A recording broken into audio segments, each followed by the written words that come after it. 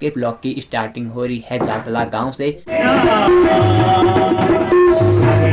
आज कथा के 5वें दिन के शुभ अवसर पर श्री कृष्ण का जन्म होता है।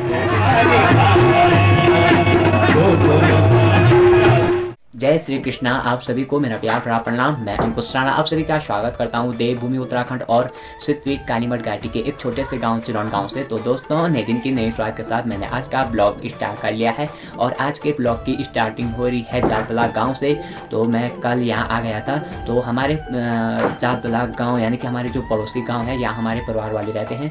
तो यहाँ श्रीमद् भागवत महापुराण और श्रीमद् देवी भागवत महापुराण का आयोजन किया गया है और आज उसका 5वां दिन है। तो आज आप लोगों को ब्लॉग के माध्यम से श्रीमद् भागवत का जो 5वां दिवस है उसकी जो कथा होती है वो ब्लॉग के माध्यम से देखने को मिलेगा। आज कथा के 5वें दिन के शुभ अवसर पर श्री कृष्ण का जन्म होता है। तो इसमें क्या होता है कि श्री कृष्ण के नाम से एक छोटी सी झांकी निकाली जाती है और कोई वसुदेव जी का किरदार निभाता है और साथ ही साथ टोकरे में एक छोटे से लड़के को कृष्ण का रूप देके अब प्रांगण में लेके आते हैं, यानी कि कथा पांडाल में लेके आते हैं और श्री कृष्ण से संबंधित जो भी कथा होगी और जो भी आज की गतिविधि होगी वो सारा मैं आप लोगों को ब्लॉग के माध्यम से दिखाने की पूरी कोशिश करूंगा।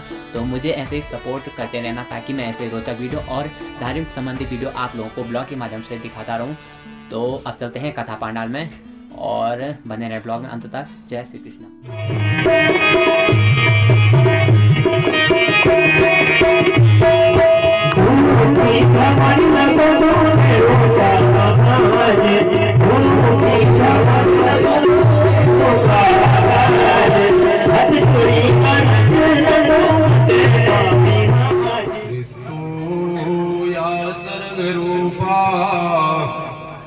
जगदवन विदो पालनीया चरौद्री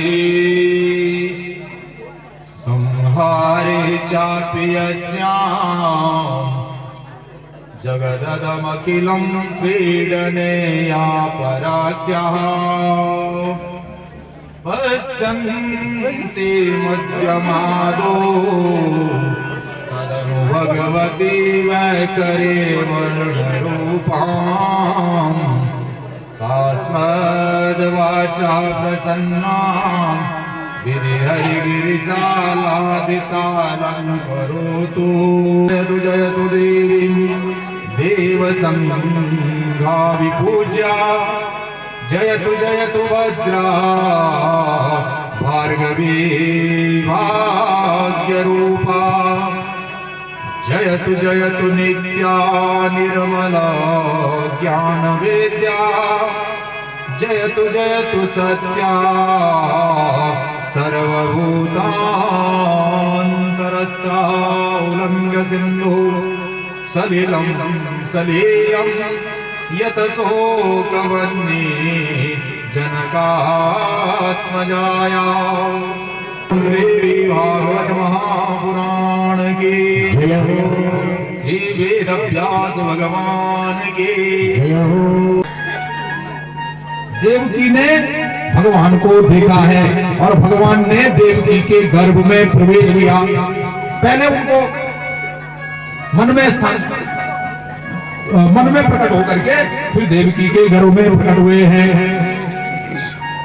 बोला महाराज सारे जितने देवता हैं देवलोक के सब आकर के भगवान के गर्भ को देवकी के गर्भ की स्तुति करते हैं।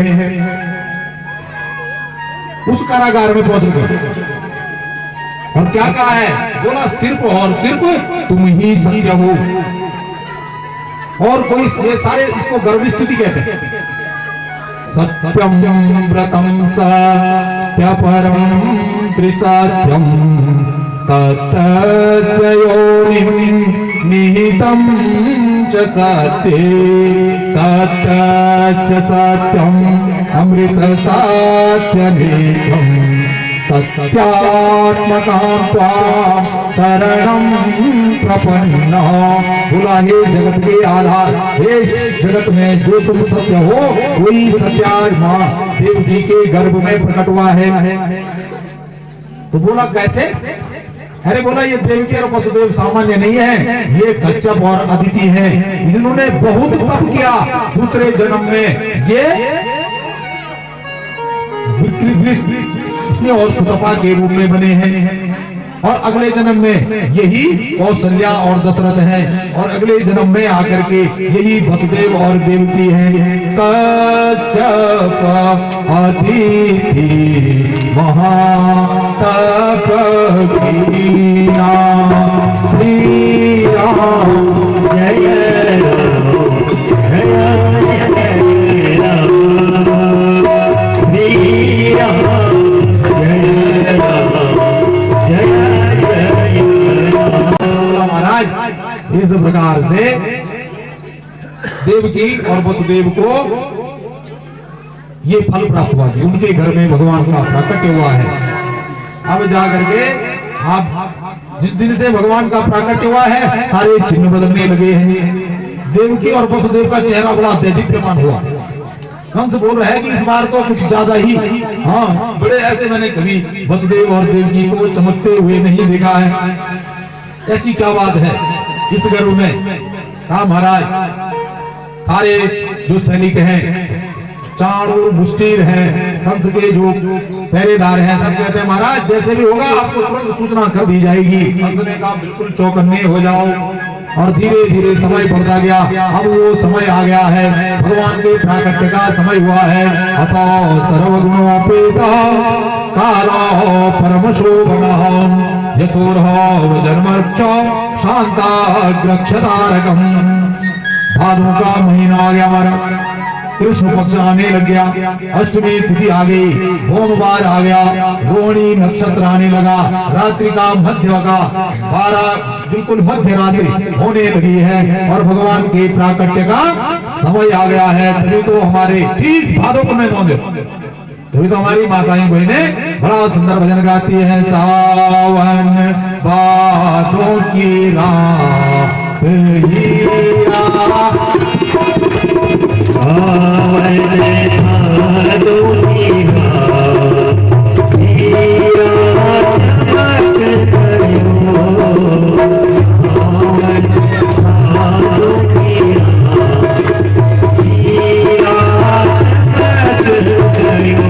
बोला चतुर्भुज रूप में क्यों दी? पहले उनको पुरानिक उनके पिछले जन्मों का स्मरण कराया है। बोला मैं ऐसे नहीं आया, कश्यप और अदिति थे आप, कृष्णी गर्भा और सुतपा, कृष्णी और सुतपा थे, तब मैं कृष्णी गर्भा बनकर के आपका बेटा बना हूं और इस बार आप वासुदेव और देवकी के रूप में हैं। आपको पुरानी स्मृति बड़ा भारी आपने तप किया है। इस तप का ही अनंत कारण है मेरे जन्म के, एक कारण नहीं है, अनंत कारण है, पर उसमें आप दोनों का तप भी एक प्रमुख कारण है। और जब जाकर के उनको पहले वो स्मृति दिलाई और उस स्मृति के बाद तुरंत भगवान ने अपनी बाल स्वरूप को छिपा करके बाल लीला प्रारंभ की है। बोलिए बाल मुकुंद भगवान की। महाराज देवकी के और वसुदेव के बेड़ियों में थे, वो बेड़ियां खुल गई। बोला महाराज बचा दो इस बालक को किसी तरह, ये तो सारे ले गया कंस। वसुदेव जी ने उनकी बेड़ियां सुबह खुल गई।